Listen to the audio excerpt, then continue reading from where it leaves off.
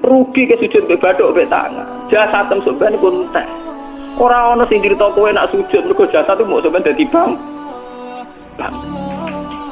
Lah nak ngono sujud ning hakikat ora usah bathuk, ora usah tangan, ora usah sikil, yo rohem iku lho kon sujud mbek pangeran. Nak sujud mbek fisik ku rugi wong fisik sampeyan.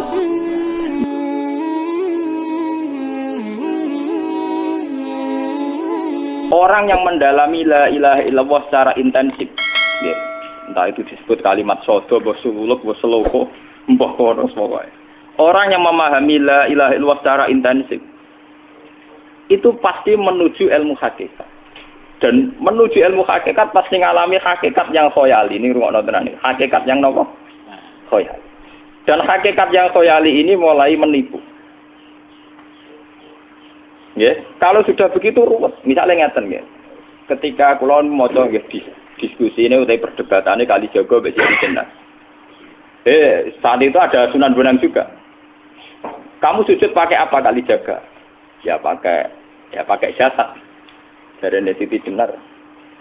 Daging kamu itu hanya onggokan daging. Nanti itu jadi bangkai. Dan setelah jadi bangkai itu habis. Kamu nanti ditulis Tuhan tidak termasuk yang sujud. Kebuat yang mbok sujud itu sebentar. Mikir kan juga. Rugi ke sujud mbek bathuk mbek tangan. Jasad sampeyan pun entek. Ora ana sing crita kowe nak sujud mergo jasad itu mok sampeyan dadi bang. Lah nak ngono sujud ning hakikat ora usah bathuk, ora usah tangan, ora usah sikil, yo rohem iku lho kon sujud mbek pangeran. Nak sujud mbek fisik ku rugi wong fisik sampeyan. Mikir kali itu. Mungkin bolak-balik kali Joko mantan wali preman terus jadi debat pusing. Siti Jenar tahu belajar tak tahu menang Irak. Yang jelas yang mulang gak satem orang menangi. Wah, uang ini menjadi perdebatan. Sehingga keyakinannya kayak Siti Jenar, la ilaha illallah itu ya wahdatul wujud itu, innalillahi wa inna ilaihi. Selama ini kalau orang syariat misalnya, orang syariat itu kalau ada orang mati, misalnya Kak Ruhin mati, ini aku kan muni innalillahi wa inna ilaihi raji'un, saiki Ruhin wis mati. Mati itu balik ning pengen. Itu cara wong hakikat kan salah besar. Orang mati itu tidak ada, cara ilmu hakikat dan orang mati itu tidak ada. Roh ini tersiksa di alam fisik. Jadi ruh ini tersiksa di alam fisik. Karena ketemu ning jasate ruh. Tersiksa dulu. Aku rewa mangane kudu kerja piring Jepang tersiksa roh. Asal roti mau tersiksa. Misalnya kiai pemangane dadak kudu pidato 2 jam bareng tersiksa. Roh kenapa? Tersiksa. Mergo roh ora buta mangan, ora buta ngombe, tapi gara-gara melok fisik. Paham ya? Lho ini tenang sih. Kenapa warai ta bener. Lah kula boten. Sampeyan betul lho guru waras maksudnya nggih. Artinya waras secara akademik karena ada referensi, ada marojek, nggih. Waras secara hakikat. Kula niku umpama rasake sampeyan wis ilmu hakikat. Artinya saya juga ngalami ilmu hakikat. Lan ketika sing aran hikam, wong ora tau mukasafah ora usah dadi ulama. Entah sekian detik ulama itu harus pernah mukasafah. Biar merasakan ilmu napa? Ada. Tapi ilmu hakikat itu bisa dilogika kan sebelum sampean sampai secara musyahadah. Paling enggak bisa sampai secara logika. Manusia itu mulai Nabi Adam sampai sekarang itu kan punya roh. Dan roh itu tidak makhluk. Ya, roh itu tidak makhluk. Ketika roh itu diletakkan di jasad, dia itu tersiksa. Karena ketika dia ke jasad fisik, namanya mengalami keterpisahan dengan yang abadi. Dia ini jasad fisik, tersiksa. Karena dia harus di alam yang kasat mata, alam mulki. Tersiksa.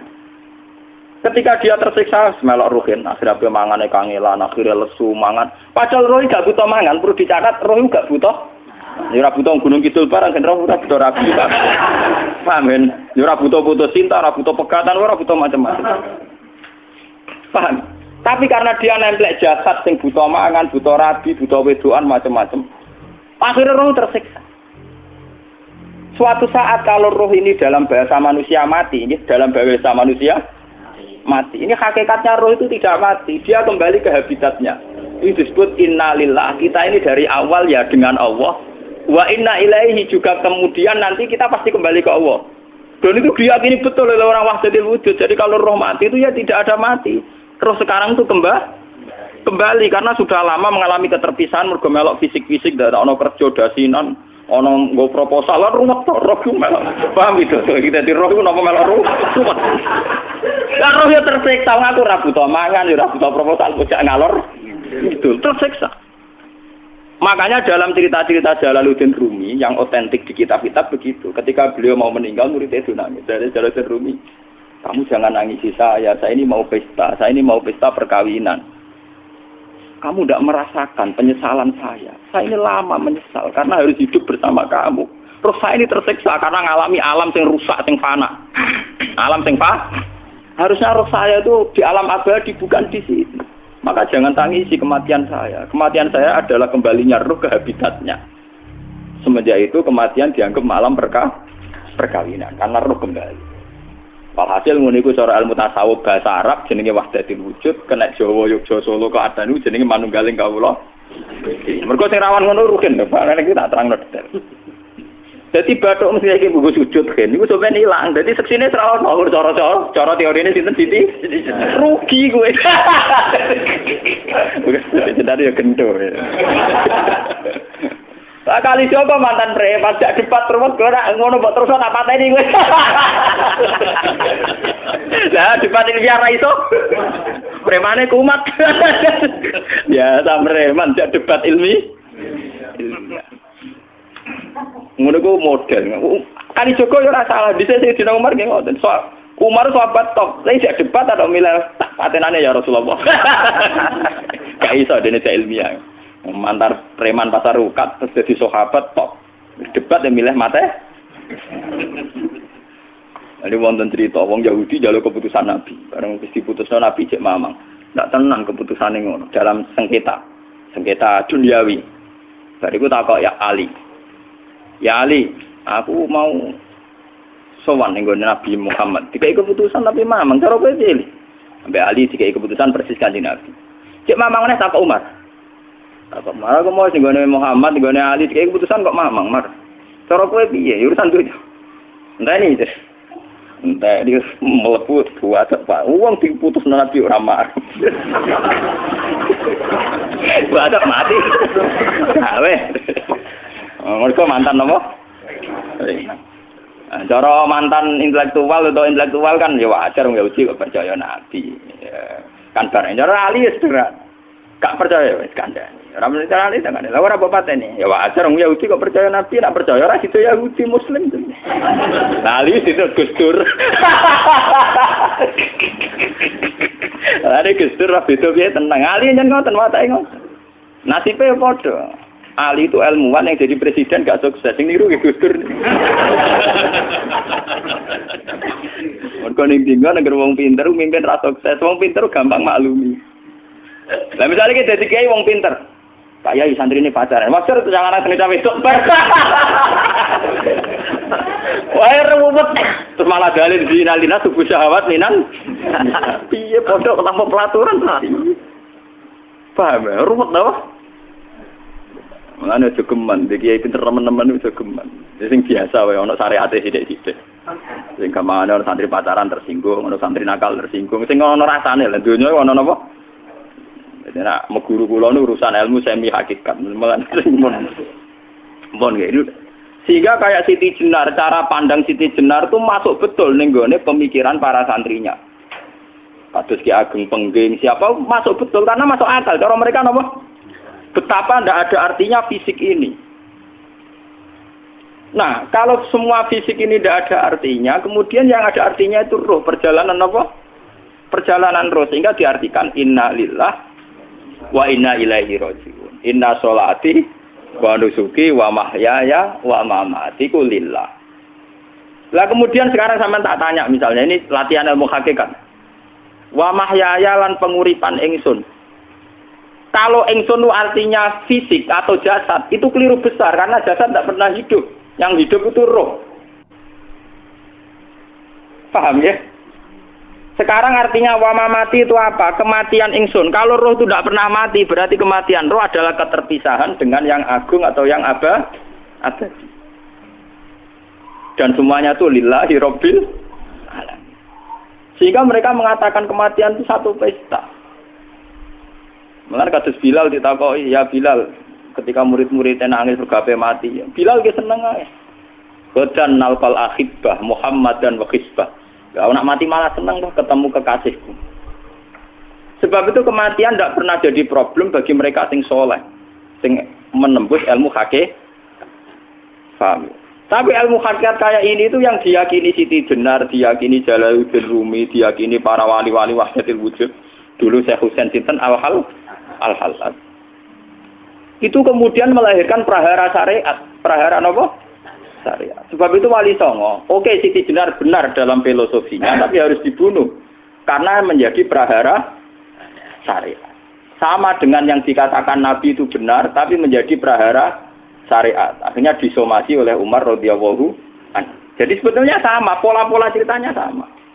Intinya sebuah ilmu hakikat harus dikawal napa? Syariat. Nggih kula bolak-balik, contoh paling gampang wit pisang. Wong nak mangan gedang kulitnya tetap dibuang. Tapi umpama gedang dari awal ora usah kulit, ra sido dadi gedang. Paham nggih? Meskipun kon ape dipangan ya dibuang. Tapi kita tidak bisa membayangkan pisang dari awal tanpa napa? Mbah kekeringan, mbah bosok, mbah ra sido dadi napa? Pisang.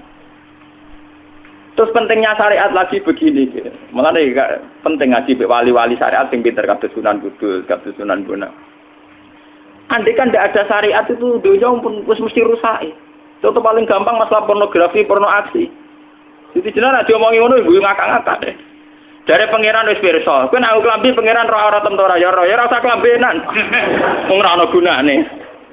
Kalau yang paling penting tuh nazarullah, kenapa kowe klambenan barang, wong kowe klambenan ora pangeran tetep pirsa.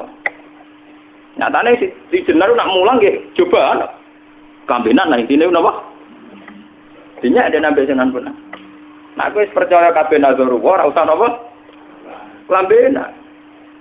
Tetapi teori ora usah kambenan yo dinggo tenan. Mulane nek pas wiridan aliran sesat ciri utama.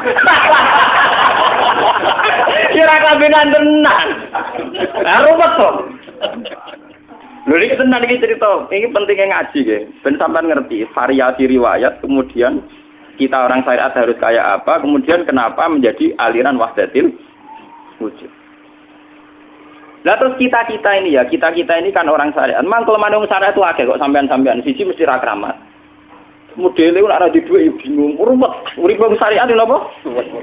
Dineng bojo wedi, dineng tangga wedi, pengaruhe menurun. Pancen orang syariat itu banyak kriminal tauhidnya itu memang jelas. Melane kiai-kiai peken nak ketemu kiai-kiai sing setengah jadah peti mergo iso nebak atine. Ndekne meriang nang ngono. Sing kiai ra tau salat keramat padahal ngambungan wong. Sumudina salat pas waktu kok ora tau keramat. Wong ape buah utang tanggane iku keramat apane? Sing kono ngawar ngawur sowan pirang. Meriang oleh wong syariat ngadepi wong hakikat napa? Mulane jogeman gitu dadi wong syariat sing ngene iku bahaya. Nah, kula mboten ngarah. Sampai dadi wong syariat sing ra kramat. Bahaya sekali itu bagi perjalanan agama. Kula sering ketemu kiai-kiai sing terkenal keramat, terkenal keramat dijuwaduk tiang-tiang hakikat. Ditantang kanca-kanca kula wani, tak tantang aku tetep ra wani kok. Mikir deh. Karena orang yang sama-sama ke jalur hakikat tetap punya alamat, tetap wonten simahum fi wujuhi min asaris sujud. Cara pandangnya mesti sama. Kalau nanti ketemu murid, ya artinya yang ikut aliran Siti Jenar, dia ada sholat, ada apa, hidup di satu tempat gitu. Padahal dia bisa baca ihya. Dulu pernah mondok di Mekah, pernah di Irak. Itu ya meresahkan para kiai. Kemudian sebagian mereka minta saya suruh ketemu. Ya walhasil kalau ketemu pertama gitu. Jenengan Gus Ba, tapi zaman roh jenengku tetep rata arani muka sapa. Nggih biasa mawon. Kula ora usah kenal jenengan nggih kenal. Dadi kula biasa mawon. Lalu pernah ngajar ajaran nih, saya legus ning donya tak enteni mau turu ngenteni mati ngono legus kok repot. Ijaban kula terus enak. Sampai jare wong hakikat wong ngenteni mati bareng. Ya mati wis saiki iku. Ora usah ngenteni saiki padha-padha wis napa? Wis mati. Ya saiki wis padha-padha wis urip. Wis padha kabeh. Nah cara ilmu hakikat kan terus sama semua. Napa? Sama semua. Tadi makanya itu tadi. Kalau baleni malih logika hakikat itu begitu ya. Roh itu ditiupkan oleh Tuhan ke kita. Kemudian roh karena ikut alam fisik, alam jasad, roh ngalami yang kita alami. Nggih. Ketika roh ngalami yang kita alami dia tersiksa. Nah, ketika roh sudah terpisah dari jasad yang mengekang, yang memenjara ini, dia senang terus kembali ke Tuhan. Ini disebut innalillahi wa inna ilaihi. Lah jasad ini kemudian menurut ilmu hakikat nggak ada gunanya sama sekali total. Hilang di telan tanah. Lah kalau begitu jasad ini nak mbok agul-agulan, Gusti bathuk kula tak nggo sujud tangan kula ndi buktine tanganem wis ra ono. Bathuk wis ora. Mulane dari Siti Jenar, hanya wali bodoh kayak kalian yang punya ajaran bodoh begitu. Malah rasupan. Mulane Sunan Kalijaga semangat kon mateni mergo tambah omongane glodro nduk dindi. Tapi yang enggak disadari Siti Jenar yaitu tadi. Inti dari ilmu hakikat itu kan tunduk sama kersane Tuhan. Kalau sudah tunduk pada kersane Tuhan, kalau kersane Tuhan roh kita harus di jasad. Dan wujud jasad kita ini juga karena kehendak Tuhan. Kenapa yang wujudnya jasad yang karena kehendak Tuhan engkau ingkari? Sementara wujudnya roh tidak kamu ingkari. Toh wujudnya jasad ya bi iradatillah wa bi masyiatillah. Wujudnya roh ya bi wujudi bi masyiatillah wa ira. Harusnya fungsi jasad juga harus kamu akui toh Siti Jenar. Wong sekarang kita punya jasad ya bukan karena kita, karena kehendak Allah. Kenapa kamu ingkari? Berarti kamu ingkari kehendak meneng Siti Jenar.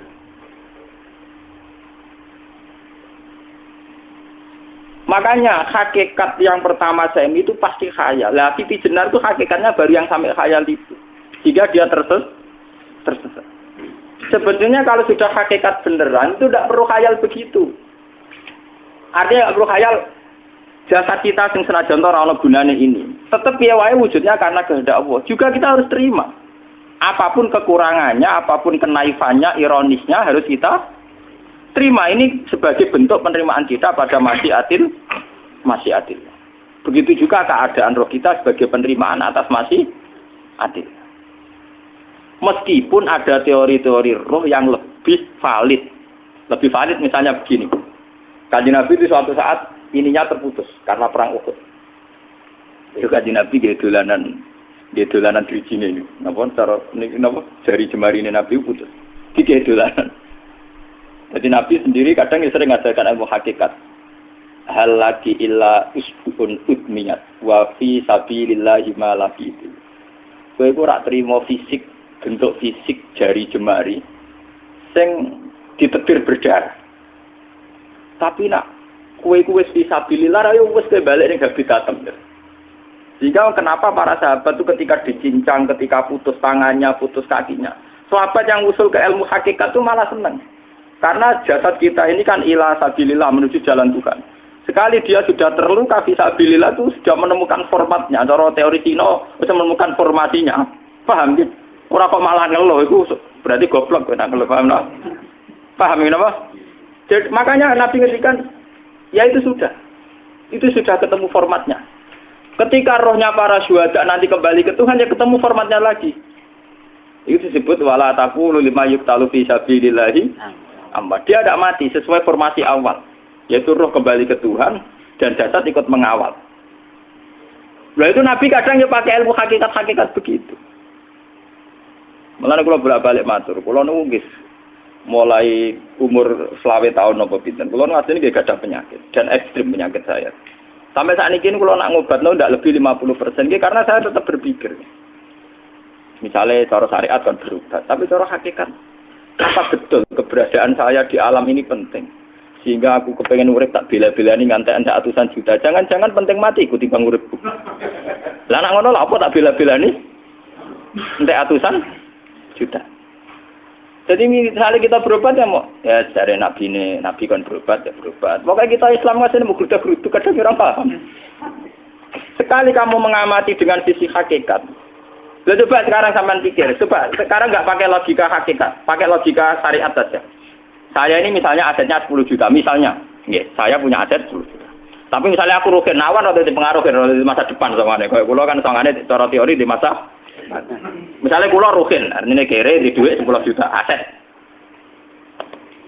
Tujuan saya sembuh kan supaya aku iso sembuh sehat, engkau iso kerja untuk anak. Tapi karena saya sakit nanti operasi tidak 10 juta. Operasi tidak 10 juta. Wong aku repera mesti iso marisi anak. Apa meneh nak duit 10 juta tak ada gue berobat malah jelas ra iso marisi. Lah nak ngono penting matiku ya timbang 10 juta. Karuan iso diwaris langsung. Sementara anak aku mari dibiayai 10 juta, rong mesti mari 10 juta mesti entek. Artinya tidak ada jaminan kalau berobat itu secara visi ke depan lebih baik. Soalnya malah ngentekno donya, enggak jelas akibat positifnya. Misalnya tetap lumpuh, duit entek. Teori loh, Bapak artinya apa? Teori hakikat tetap lebih benar bahwa hidup itu tidak ada artinya, semua itu tidak ada artinya. Berobat apa enggak berobat semuanya tidak ada arti. Teori loh gini. Sehingga kalau kita tengah-tengah aja tengah-tengah, kados kula misalnya lara nggih berobat. Gusti separuh kula nglakoni syariat, tapi sebagai kula ulama fikih iki separuh kula lakoni napa? Jadi kula tetep mboten ngarah obat 100%. Tapi orang ngarah berobat wong kula tiyang napa? Syariat. Tapi memang faktanya itu begitu. Cara Kanjeng Nabi kadang Kanjeng Nabi berobat. Kadang Kanjeng Nabi wis nikine tercincang dige guyonan. Wahal laki illa usbuun utwiyat ora kok driji sing gak melok-melok. Nah, bukti bahwa jasad ini begitu tidak penting. Kayak Sayyid Hamzah. Menurut Sayyid Hamzah nganggep wahyu bentone ra karuan. Kalau teori Siti Jenar itu benar, teori Jalaluddin Rumi benar. Benar teorinya lho, ora kok ra salate lho, maksudnya kok nganut ra salate. Benar cara analisis roh. Ketika Sayyid Hamzah dinyatakan mati oleh manusia, oleh hukum manusia dinyatakan mati karena dia sudah tidak bergerak. Dalam teori hakikat kan rohnya Sayyid Hamzah sudah fi khawasili tuyurin khudrin. Rohnya sudah diambil Tuhan, tidak mati. Paham ya? Ketika rohnya Sayyid Hamzah sudah diambil, jasad ini sudah tidak punya rasa. Sekarang secara syariat kasat mata kita tahu, wong jasad nak diinfus, di sayat-sayat dioperasi ora krasa. Apa meneh saiki ruhe wis bisa. Lah ya jasad itu cek gampange, dioperasi dibius saja terus tidak kerasa. Apalagi rohnya sudah diambil. Nah, saiki bayangkan, ketika Sayyid Hamzah itu sudah di atas, ini kira-kira dulu wahsi rak wong bentuk, lho wong kok baca igabus. Ketika jasad benar-benar tidak penting, kemudian jasadnya Sayyid Hamzah kan dicincang oleh wahsi. Ketika rohnya sudah diambil kan Hamzah tidak merasakan. Berarti Sayyid Hamzah guyu-guyu wahsi. Wahsi cek bentuk nih gabus dicincang. Paham ya? Lho niki tenan. Artinya ketika pandangan manusia iba kepada Sayyid Hamzah karena dicincang, dimutilasi oleh wahsi. Wahsi tidak ngalami Pak Sinten, Sayyid Hamzah tidak ngalami apa-apa karena rohnya sudah bersama Tuhan. Dan iso wae Sayyid Hamzah malah guyu-guyu wahsi. Cek gobloke. Gabus kok dicincang. Lah nak ngono rak mirip, makanya nggih. Dalam hal ini itu dalam teori roh itu sebetulnya Siti Jenar tidak sesat dalam teori roh. Tapi jangan katakan itu penemuannya Siti Jenar. Siti Jenar itu terlambat. Sebelum itu ada Husain Al-Khallas. Sebelum itu ada Jalaluddin Rumi. Sebelum itu juga ada sahabat, ada nabi. Cuma cara aplikasinya Siti Jenar melenceng. Jadi jangan katakan kok tak kampus-kampus. Iku pendapat Siti Jenar itu malah goblok meneng. Siti Jenar itu wis anut, paham nggih maksud apa? Wis anut. Nah, teori yang sama terjadi pada Yesus Kristus. Ketika Yesus misalnya secara lahir dicincang, dimutilasi, diapakan oleh orang Yahudi. Sebetulnya rohnya dia sudah bersama Tuhan, kembali ke Tuhan Bapa, nah cara Kristen. Nah cara Islam ya balik ning pangeran. Andaikan itu iya, itu ya ada masalah karena hakikatnya dia tidak dicincang, tidak dibunuh. Andaikan iya lah, tentu menurut Islam yang dibunuh Yudas atau siapa itu yang masuk bialah. Tapi sama sebetulnya teorinya sama. Kalaupun iya ada masalah. Oke, kalau misalnya Nabi Isa karena ada kontroversi menyangkut dia atau Yudas. Sekarang yang Zakaria dan ya Zakaria Yahya itu dicincang betul oleh orang Yahudi. Matinya dimutilasi. Tapi dia tidak apa-apa. Karena ketika beliau dicincang, rohnya sudah diambil. Ini rumah tenan kan, ben kira untuk kendel mati paham kan ya. Dadi maksudnya niku kula ajari nak mati itu tidak problem nggih. Niki kalau urip wedi lho. Nah ini biar sampean paham nggih. Kaitan la ilaha illallah ini nanti semuanya sama kaitan sama apa? La ilaha illallah. Ini nanti ujungnya sama dengan la ilaha illallah. Begitu juga seterusnya. Misalnya Yahya kalian sinten? Zakaria.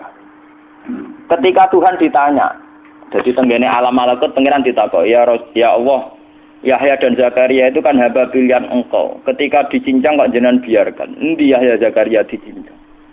Aku iku ora goblok jare pengen. Sedurunge dekne dicincang jasate ruhe tak jupuk. Dadi dekne ora krasa blas. Begitu juga yang tafsir-tafsir sampean lihat wa Maryama. Sayyidah Maryam yang istrinya Fir'aun. Itu kan dia iman sama Nabi Musa Asiyah, ya Asiyah imro'ati napa? Fir'aun. Asiyah imro'ati Fir'aun, ya. Itu kan dihukum oleh Fir'aun. Ketika mau ditumpaki napa? Batu besar.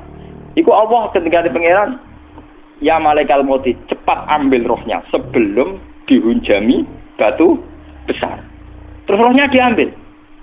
Sebab itu dalam hukum Tuhan, Tuhan itu tidak merasa bahwa Tuhan membiarkan Asiyah, membiarkan Hamzah, membiarkan Yahya, membiarkan Zakaria. Dalam hukum Tuhan semua orang ini roh-roh terhormat.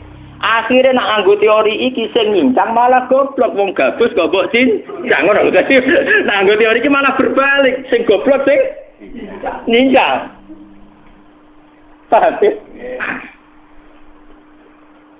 Yo ora kok sesuai sampean kiaskan saja. Wong dibius wae disayat-sayat gak krasa. Kaya apa nak ruhe bener-bener wis tercabut terpisah. Rasane ning ndi? Itu disebut wala taqulu limayuk talu fi sabilillah napa? Lah kemudian roh ini kemana?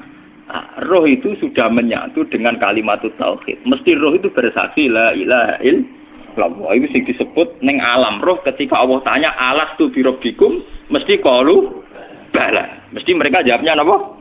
Bala. Karena alam roh tentu lebih mudah bersaksi akan keberhadiran dan keeksistensi Tuhan Allah Subhanahu wa taala.